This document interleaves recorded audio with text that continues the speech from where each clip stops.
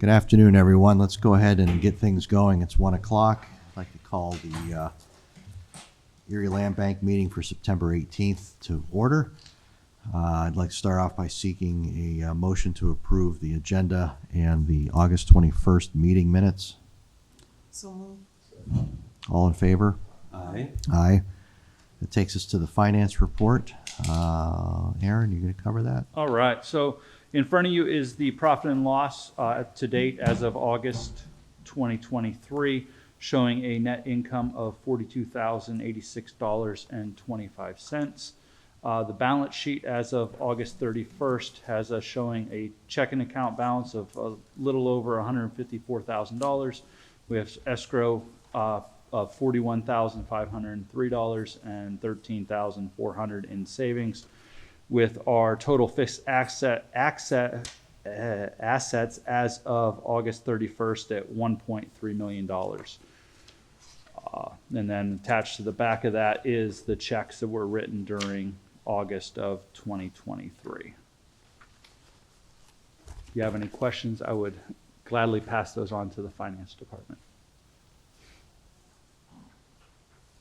I was just going to mention that at the authority, we approved the purchase of a new software platform, Blackbaud, which I think that will continue as this organization becomes more sophisticated. That will increase the transparency and the accountability for funds then. So we just wanted to let you know about that as well. Yes, absolutely. And that's, so yeah, I mean, Blackbaud is a fund accounting software. It's much better than QuickBooks will be. And so certainly once we get the authority over into Blackbaud, we will work. Of course, Land Bank will move over at the same time as well. But so come January 1st, that'll all be implemented and we'll be able to move forward with it at that point. Any other questions? Hearing none, I'd seek a motion to approve the financials. So moved. I'll second that. All in favor? Aye. Aye. Okay, that takes us to citizens' comments. Any citizens wishing to comment this afternoon? Any citizens online? Have you received any questions, Aaron, from anyone? No, we have not. Okay. Hearing none, we will move on then to the report of the executive director and work plan updates. All right, thank you. So just wanted to give a little update as far as the work plans that we're working through. Work plan 2022, we did finally get a deed settled on 221 Locust Street, and we'll talk about that a little bit later. But so that property's finally finalized. 623 East 11th Street, we're meeting with Marsh tomorrow to go through and prepare for court on that. That was a property we entered into a relinquishment agreement with the prior owner. He failed to successfully complete the relinquishment agreement, so we're going to move forward with the condemnation of that property. 1017 German Street, if you recall, that was a property that we invited the board out to. We walked through. We were soliciting for some bids from contractors. We extended it once. We never received any bids following that date. So we're still currently evaluating that to move forward one way or another, whether we look to get some individual pricing and kind of project manage it ourselves and bring that to the board for approval, or just move forward with putting it out for developer proposals. So we're evaluating those options, and we'll have further information at a coming board meeting. Any questions on 2022?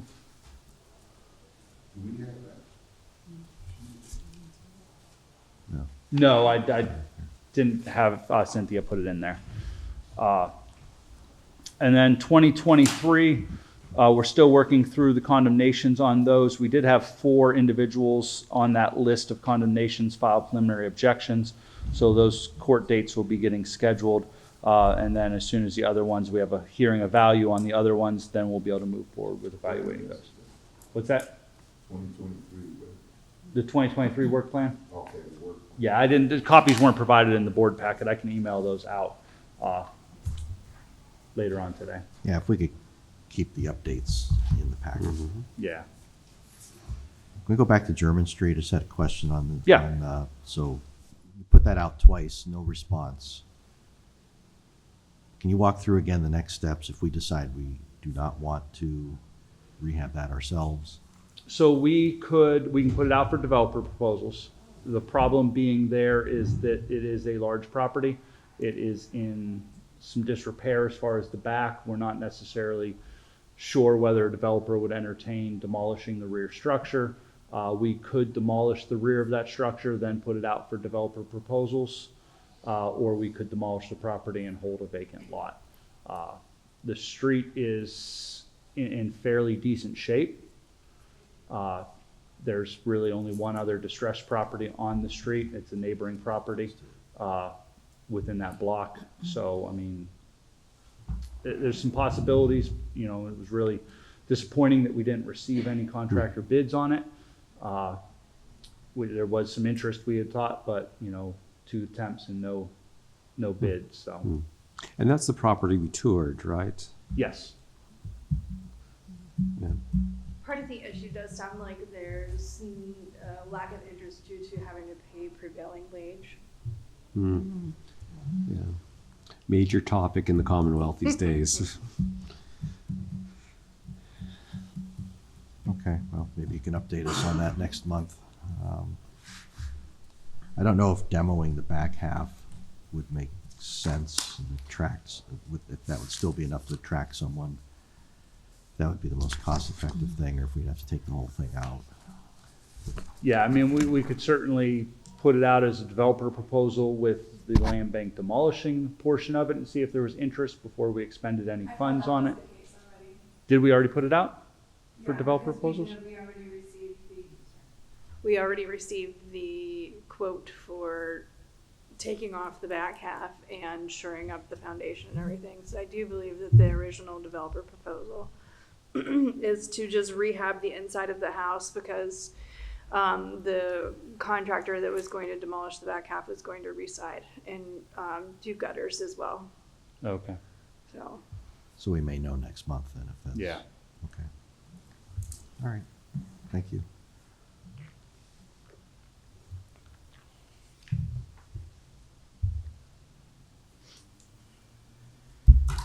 Is that it? That is it. Okay. You're gonna go ahead and cover solicitor's report too? Yes. So Gene couldn't make it today, so he provided his report, which is included in the packet. December 2022 tax sale properties, quiet title petitions have been posted, advertised, and the hearing is scheduled for November. And then 519, 521 East 25th Street, the complaint and ejectment has been posted. 10-day notice was on September 5th, so we're ready to move forward with the paperwork to the court to complete the ejection of that property that was acquired at the tax sale last year.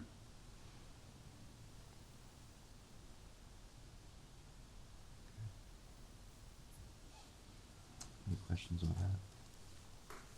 Okay. All right, I think we're ready to move on to unfinished business and new business. We have a proposal for East 24th Street. All right, so 217, 219 East 24th Street, we received one proposal to purchase the vacant lot in the amount of $3,000.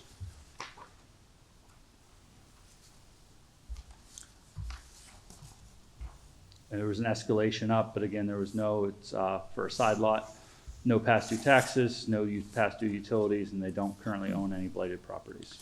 And it's lived next door since 1970.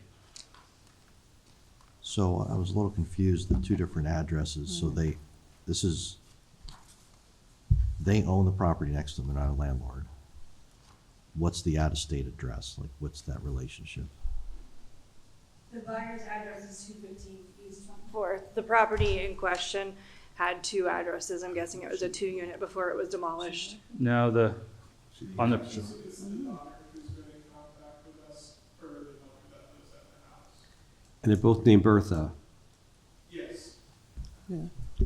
Okay, I gotta say, Ms. Phillips is a longtime resident of the area, very instrumental in helping us clean the neighborhood up. She was very active in our Central City neighborhood watch, and I miss her dearly. But they'll take care of it, I know that. Okay. Yeah. Yeah, Oh, yeah. they did not be in I was just curious about the address. here. Yeah, because she does, her daughter doesn't actually live here, but like Paul said, I guess if they're purchasing the vacant lot, somebody will take care of it. Okay. Well, good, I don't have any questions. That's what we like to see is homeowner have the opportunity. So. Well, I move that we accept the developer's agreement as presented. Second. All in favor? Aye. Motion carries. That takes us to property updates with developer agreements. All right. Under developer agreements, just wanted to update the board. 616 Payne, Mindy completed a final inspection at that property. So that property has been completed. We've provided them back 100% of their escrow funds at this point. So that will have a certificate of completion filed, and that we can chalk that one up to another completed property. 2624 Woodlawn has had 50% of the escrow draw given back to the developer, so they're working diligently on completing that. Still have some electrical and plumbing and such to complete on the inside, but the exterior is completed. As far as the other developer proposal or developer agreements, we're still working through several of those. There's one on 13th Street, and of course the Fairmont Parkway one that has not had any draws on his escrow payment as to date. So we'll continue to work with them and hopefully get some progress from. Sorry, I didn't mean to cut you. And No, how sorry. long has that one been? What's Fairmont been? His agreement will be up in a couple of months. He unfortunately has not made any Yeah, progress it's on been a it. while. We thought the $10,000 escrow was going to be the motivating Yeah. factor. So a couple, we're certainly, I know we had talked to the board about deed and escrow. That's certainly something the PA Land Bank Network and Group is working on. Westmoreland County's kind of working through a deed and escrow right now. Had some conversations with their executive director as far as what they're working on, and we're really all kind of looking at Ohio as far as what they're doing. Also, another recommendation we may have is that once the developer agreement hits a year, they are in default and will relinquish their $100 or their $10,000 escrow to the land bank. So kind of put a little bit of clause in there that if they're not diligent enough, then they fail to receive their escrow payment back.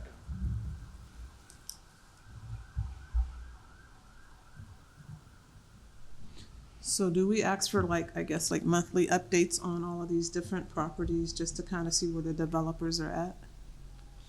It is in the agreement for updates. They're supposed to stay in communication with us. Some of them just disappear. Okay. Well, maybe we can get an update from our solicitor on the deed and escrow approach. So I met with Gene, and he has a new paralegal, Melanie, who has been doing an excellent job for us. He actually hired her strictly to represent the authority and the land bank, so that his paralegal is no longer doing real estate transactions and us. So she's made huge progress in the short amount of time that she's been there. But I did meet with them last week, and that is something on their plate to take a look at to see what we could do, what the best avenue is. Everything has a different caveat to it, because if you do a deed in escrow, if somebody needs to get a loan, that can become a problem for them. And we've had, just recently, the one neighborhood group wanted to get a loan after closing. So we couldn't have done a deed in escrow for them. But maybe it shouldn't be a cookie cutter type of situation, that it needs to be identified based on the individual who's purchasing it. I don't know, but it's definitely something that needs to be looked at further, and they do have that on their list of things to do. Why would they not be able to secure financing if we're still willing to pledge the collateral through the land bank? I know our West Bayfront was not able to do that if that was the Have circumstance. we ever had that discussion with a bank? No. No. Because essentially, we would be pledging it as collateral instead of the new owner. I still think there's we need to look into this further, because I don't think that would exclude us. I know where we left it when I met with them last week was really looking at it as a land contract type situation. Because it sounds like that will give us the best of all the worlds as far as being able to transfer it to them once they're done, but them being able to continue to get financing on it and move forward that way. We should be able to assign that deed if there's a default. Yeah. Okay. You make a note of that, Aaron, and Yeah.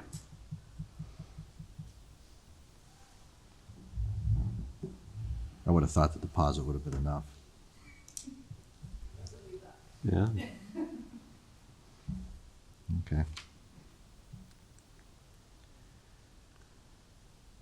All right, any other, No, that's it as far as developer agreements. okay, any other properties available? Yeah, so 1737 West Sixth Street, that is the vacant lot out there on West Sixth Street. It's been open for proposals. We kind of had a due date on it. We received 2 proposals, but nothing was as complete as we had hoped. It's kind of our recommendation to leave it open and available through the fall and winter months in hopes that maybe there's an interested party comes, forward here later on this year that would maybe look to develop on it, next spring, summertime. We're not really in a rush to get rid of it at this point. I mean, mowing will be concluding here in the coming month, so, holding it and looking for a better proposal is not necessarily a bad thing at this point. And then, What have the 2 proposals lacked? I guess I'd like to know what they are. What was your question? What, the 2 proposals you've received? So we had asked for very specific items. Again, we want to ensure that somebody is not going to purchase the property and just sit on it, which seems to be what the majority of people wanted to do, was to basically save it for future potential. So we asked for very specific items such as, having some kind of plan, conforming to the neighborhood. We wanted to meet all of those specifics so that we were serving the neighborhood accordingly. Right. And neither of the proposals gave us any of that information, and they weren't filled out completely. Okay. I get a lot of calls on this one. I don't know about It's not a matter of reach. Jake fielded hundreds of calls. I fielded a ton of calls. It wasn't a matter that people didn't know about it. It's a matter of getting people to put in some work prior to selling it to them. I've gotten a lot of calls on that. Okay. So I think it comes down to coming up with a plan as far as what is it? Are we willing to make any compromises on what our expectations are for them to get these properties versus keeping our expectations clear and high? I mean, not unattainable by any means, but high to ensure that the land is used properly.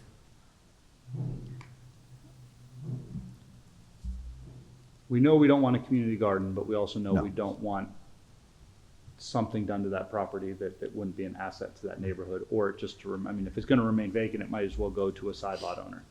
Correct. I mean, I would rather it go to a neighbor instead of somebody throwing a shed on there. With the LERTA we have in place, ideally Mhm. someone's gonna build Yeah. there. I don't Right. think we're ready to move from that yet, are we? No, not at all. I'm remembering Mrs. Devlin's very specific, request to assure it's the highest and best use for real estate taxes to benefit the school district. I mean, she was Yeah. very abundantly clear at the Right. meeting when we were discussing the transfer. So I think that the authority is correct in holding this until the right proposal comes forward then. And I think you all know our experience up at Central City. These folks get these lots and they just sit on them. Yeah. Yeah, and I don't that's, want to encourage somebody to flip it either. Yeah. Yeah. Exactly. and that was kind of it. We kind of figured if we would put it out there for someone who would purchase a lot, and then we would probably see a for sale sign on it within the following months for somebody trying to flip it into somebody else. And, you know, we would lose control of the property if we didn't do our due diligence up front. Yeah, so did we agree that we wanted to see the development proposal before we made any final decisions to assure that the improvements were going to be consistent with the consistent with the neighborhood, as we should in every neighborhood? Yeah, yeah, so I think that's our recommendation, is that we just kind of hold on to it, keep it available, and see what comes forth in the coming months. That's kind of really the same thing moving on to 221 Locust. You know, we got the deed signed over from the condominium at this point. So that's completed, is now the land bank's property. We can demolish the structure, clean up the yard. But it is a large lot up off, you know, basically 38th and 30, it's about 36th and State area, if you're not familiar where Locust is. But it's a buildable size lot. It really could be two lots if we wanted to subdivide it back to what it originally was. But, you know, it's kind of our intent to put that out for developer proposals. I mean, was there interest from only the rear lot owner? There are two side lot owners that put in proposals to have it as a vacant property. So we really have, we have the option, we can give it as a side lot owner, or we could open it up for potential for a development opportunity.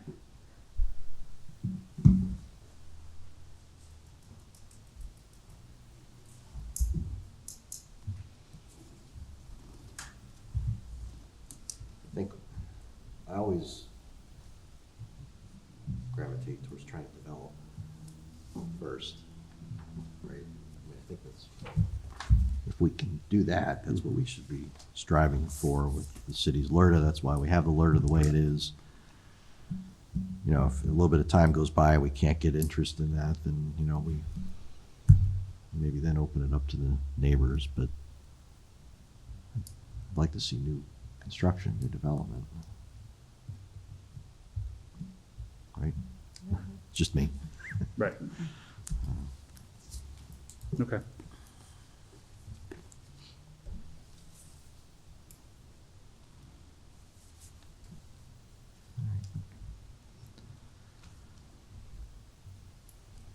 Any other business? That is it. The only other thing I wanted to do is thank Mindy for her service to the land bank and the authority. Her last day with the authority is tomorrow.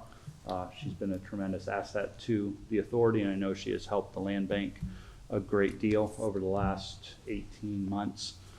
So we're going to miss her and her service to the land bank. Thank you. Yep. You beat me to it. Appreciate everything that you've added to this. You really helped get the land bank moving in the right direction, your information, your involvement. So wish you all the best in Thank you. the next step here. So. Yes, good luck, man. Thank you very much. So if there is no other business, I believe we're adjourned. Thank you, everyone. Thank you.